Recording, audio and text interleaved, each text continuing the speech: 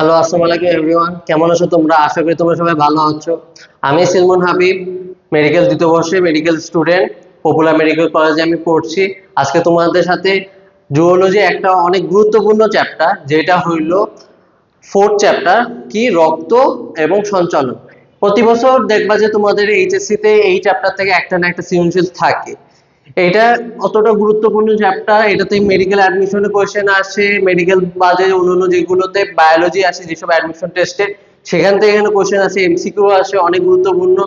আজকে তো চলো আমরা এই চ্যাপ্টার নিয়ে শুরু করি, দেখি কেমন করা যায়। তো প্রথমে আমরা রক্তের বৈশিষ্ট্য নিয়ে আলোচনা করি। তো রক্ত রক্ত জিনিসটা কি? প্রথমে রক্ত হলো একটা তরল যোজক কলা, যেটা হলো একটা লুজ কানেকটিভ টিস্যু। কেন এটা কি দিয়ে তৈরি হচ্ছে? এটা তৈরি হচ্ছে হলো রক্তকণিকা এবং রক্ত রস। রক্তকণিকা কি? যেগুলো আমাদের যেসব কর্পাসলস গুলো আছে, যেমন ডাব্লিউবিসি, আরবিসি, প্লেটলেট, এগুলো। এবং আর রক্ত রস কি? আমাদের প্লাজমা পোর্শন, যেটা বডি।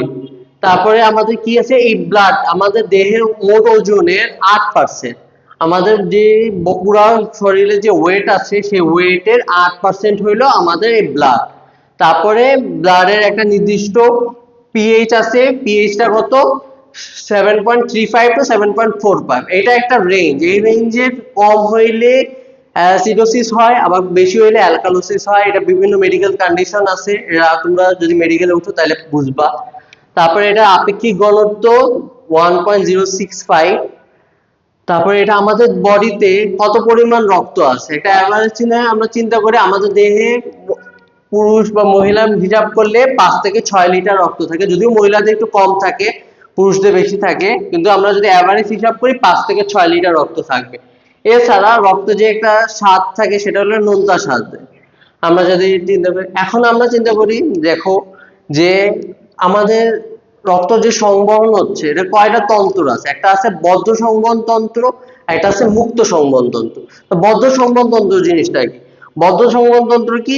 যেখানে হার্ট আর ভেসেলস এর মাধ্যমে রক্ত সঞ্চালিত হবে। যেমন আমাদের মানুষের কথা তোমরা যদি চিন্তা করো, যে আমাদের হার্ট পাম্প করে, সেখান থেকে ধমনীর মাধ্যমে রক্তগুলো পুরো বডিতে যায় এবং শিরার মাধ্যমে রক্ত আবার হার্টে ব্যাক করে।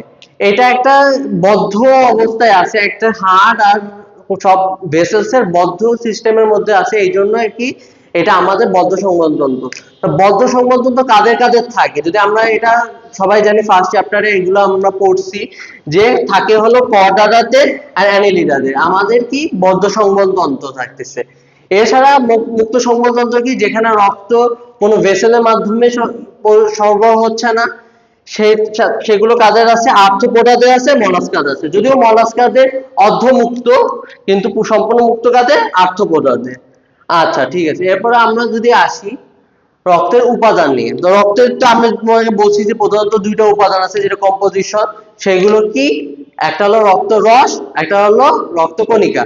রক্ত রস আর রক্তকণিকা, এর মধ্যে কোনটা বেশি থাকে? এটা তো তোমরা সবাই জানো। কোনটা বেশি থাকার কথা? রক্ত রস। রক্ত রস বেশি থাকবে। রক্ত রস কত থাকবে? 55% থাকবে। আর রক্তকণিকায় কত শতাংশ থাকবে? 45% থাকবে। তো যে রক্ত রস, এটা কি? যে আমরা যদি একটা 100 ml রক্তকে সেন্ট্রিফিউজ মেশিনে সেন্ট্রিফিউজ করি, তাহলে দেখবা যে সব নিচে একেবারে লাল বর্ণের একটা ইয়ে থাকবে, সেটা হলো আরবিসি, যেটা প্যাক সেল বলবো আমরা। তারপরে একটা বাফি কোট থাকবে, সেটার মধ্যে থাকবে কি? ডাব্লিউবিসি এর অনুচক্রিকা। তার উপরে থাকবে যে হলুদ অংশটা, সেটা হলো প্লাজমা। তাই ঠিক আছে, তো আমরা আগে প্লাজমার মধ্যে আসি। তা প্লাজমা কত শতাংশ আমরা বলছি? 55% আমরা বলছি। এখন প্লাজমার মধ্যে মেইন কি কি থাকতেছে? প্লাজমা মূলত তৈরি হলো পানি দিয়ে। এটা 90 থেকে 92% কি? পানি। 90 থেকে 92% পানি। আর কঠিন কত আছে? কঠিন বা সলিড আছে 8 থেকে 10%। এরপরে আমাদের যে কঠিন পদার্থ বা কঠিনকে আমরা আরো দুই ভাগে আমরা ভাগ করতে পারি। কি কি আছে? অজৈব পদার্থ আছে, জৈব পদার্থ আছে। Inorganic substance and organic substance. Inorganic substance আমরা তো সবাই জানি, ইনঅর্গানিক কি হবে? যেগুলো আয়ন গুলো, যে sodium, potassium, chloride, magnesium, calcium. আর জৈবের মধ্যে কি কি আছে? জৈবের মধ্যে প্রধানত আছে হলো প্লাজমা প্রোটিন, বর্জ্য পদার্থ আর অন্যান্য পদার্থ। এখন আমাদের যে প্লাজমার মধ্যে সবচেয়ে ইম্পর্টেন্ট জিনিস কি জানো? Plasma protein. প্লাজমা প্রোটিন খুবই ইম্পর্টেন্ট জিনিস। এইটা আমার 8% থেকে 10% কঠিনের মধ্যে 7.5%ই হলো এই প্লাজমা প্রোটিন। তো প্লাজমা প্রোটিন গুলো কি কি আছে তোমরা নিশ্চয়ই জানো, বা তোমরা একটু বলার চেষ্টা করো যে কি কি প্লাজমা প্রোটিন আছে। আচ্ছা, প্লাজমা প্রোটিন যদি আমরা বলি কি কি আছে, আছে হলো অ্যালবুমিন, গ্লোবিউলিন, ফাইব্রিনোজেন, প্রথমবিন। তোমরা একবার বলো যে কি কি আছে। Albumin, globulin, fibrinogen, প্রথমবিন।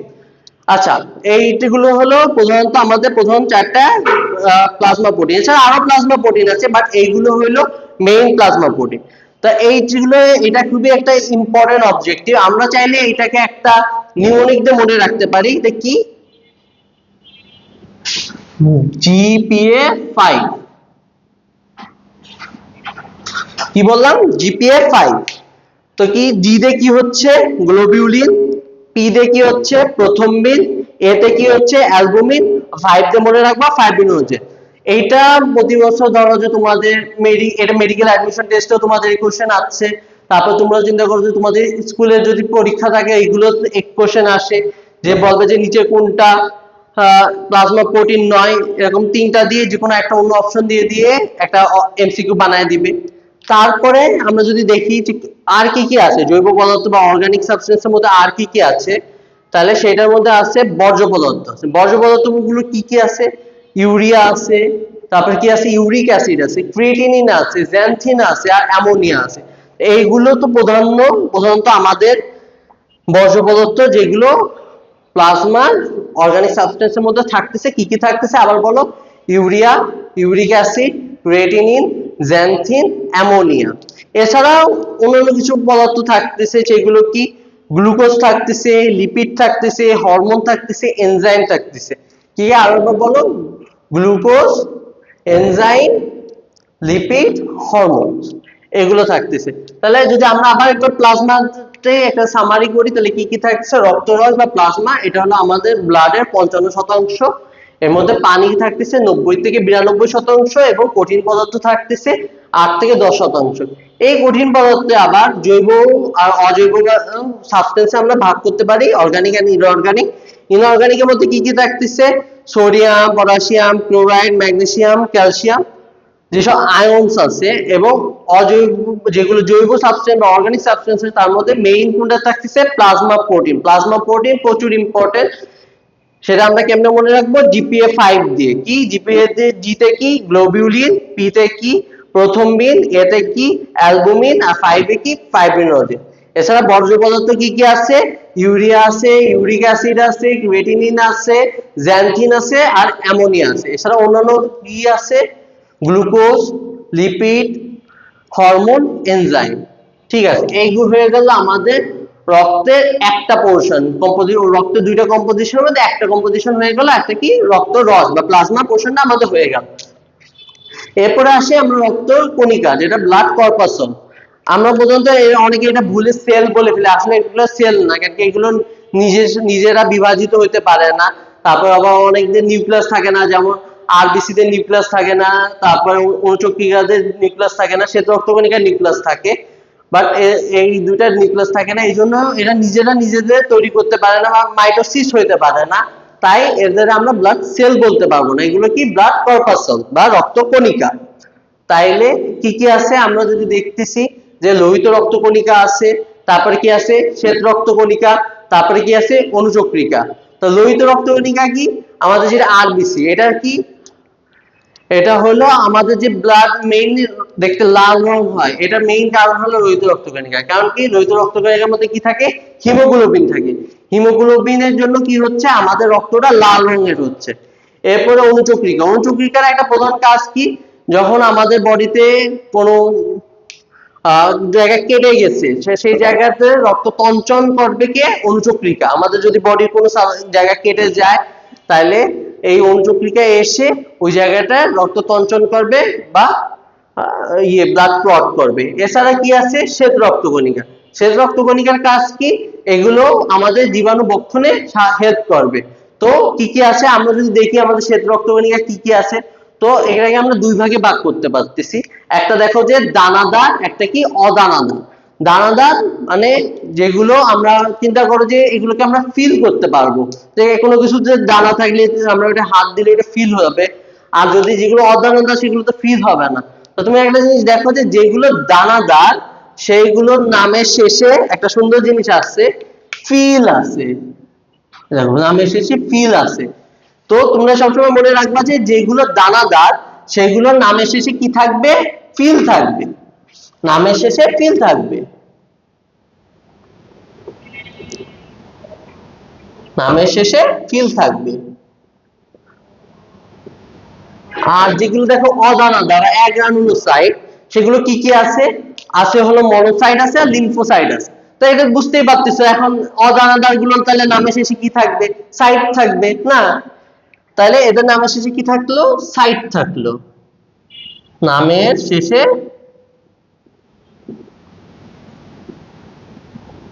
সাইট থাকবে, সাইট থাকবে, নামের শেষে সাইট থাকবে।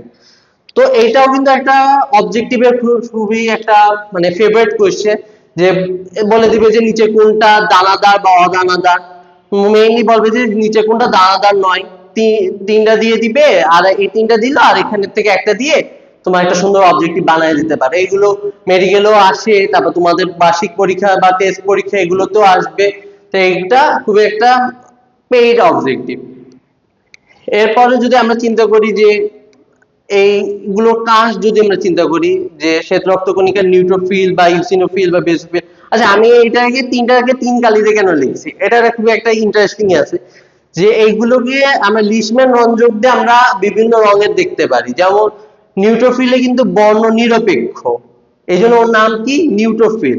তারপরে কি ইউসিনোফিলে কি, এটা আমরা লিশম্যান যদি দিই তাহলে এটা কি হচ্ছে, এটা বর্ণ হচ্ছে লাল বর্ণের, এই জন্য আমি লিখছি কি দিয়ে লাল রং দিয়ে লিখছি। আবার তুমি দেখো যে বেসোফিল, তাহলে চিন্তা করো আমি নীল রং দিয়ে লিখছি, তাহলে কি বর্ণ হতে পারে লিশম্যানে, অবকোর্স নীল বর্ণের হবে। তো এইগুলোকে লিশম্যানে যদি আমরা দেখি তাহলে বিভিন্ন বর্ণের এটা হয়, যে ইউসিনোফিল লাল বর্ণের হচ্ছে আর বেসোফিল নীল বর্ণের হচ্ছে, নিউট্রোফিলের বর্ণ নিরপেক্ষ। আমাদের দানাদার আছে বা অদানাদার শ্বেত রক্তকণিকা আছে যেগুলো ডাব্লিউবিসি, সেগুলো আমরা যদি একটু কাজের কথা চিন্তা করি তা কি আছে, নিউট্রোফিল আর মনোসাইট যেটা এই দুটার সেম কাজ করতেছে, কাজ কি, ফ্যাগোসাইটোসিস করা। ফ্যাগোসাইটোসিস জিনিসটা কি, ফ্যাগোসাইটোসিস হলো আমাদের দেহে যদি কোনো জীবাণু প্রবেশ করে তো এই জীবাণুকে ভক্ষণ করে, এই দুইটা যে দুইটা শ্বেত রক্তকণিকা আমাদের জীবাণু ভক্ষণ করে। তো এরা কেমনে ভক্ষণ করতেছে, ফ্যাগোসাইটোসিস প্রক্রিয়া। তো ফ্যাগোসাইটোসিস প্রক্রিয়ার মাধ্যমে নিউট্রোফিল আর মনোসাইট কি করতেছে, জীবাণু ভক্ষণ করতেছে। এছাড়া কি আছে, এছাড়া লিম্ফোসাইটের কাজ কি, আমাদের বডিতে অ্যান্টিবডি তৈরি করা। আমাদের বডিতে যখন এই যে কোনো ভাইরাস ঢুকে তখন হলো বডিকে একটা ইমিউনিটি দেওয়ার জন্য আমাদের বডিতে অ্যান্টিবডি তৈরি হয়, এই অ্যান্টিবডি কে তৈরি করতে হেল্প করতেছে, এই লিম্ফোসাইট তৈরি করতে হেল্প করতেছে।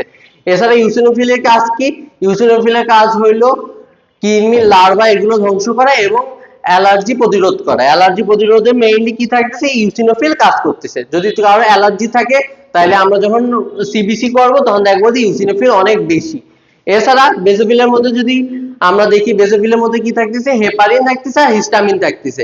হেপারিন কি, হেপারিন হলো আমাদের যখন রক্তের মধ্যে আমাদের ভেসেলস এর মধ্যে যখন রক্ত চলাচল করে তখন তোমরা চিন্তা করতে পারো যে রক্ত তো তখন জমাট বাঁধতে পারে, তখন তো রক্ত জমাট বাঁধে না, কেন বাঁধে না, এই হেপারিন আর রক্ত চলাচলের মধ্যে রক্ত কণিকা যেগুলো রক্ত ভেসেলস আছে, ব্লাড ভেসেলস এর মধ্যে আমার এই রক্তকে জমাট বাঁধতে দেন, এটা কাজ করে হেপারিন। এছাড়া কি নিঃসরণ করে, হিস্টামিন নিঃসরণ করে।